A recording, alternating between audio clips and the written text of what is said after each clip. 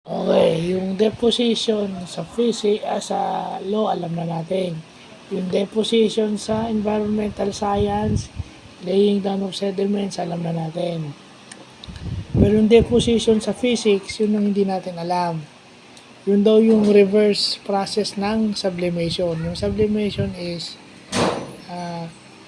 from solid magiging gas without passing to the liquid phase. So pag binaligtad mo yung sublimation, ang tawag doon deposition. Yung gas magiging solid.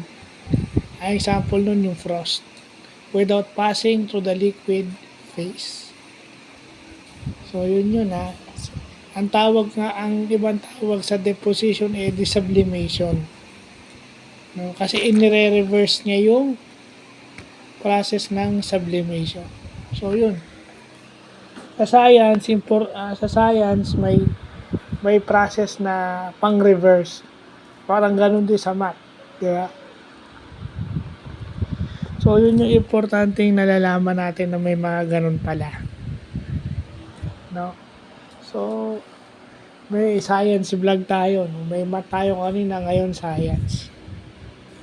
So yun yung magandang nalalaman natin na may mga ganun pala na term. Ako hindi, parang review kasi hindi ko matanda kung naituro to, parang hindi. Pero anyways, at least bagong knowledge.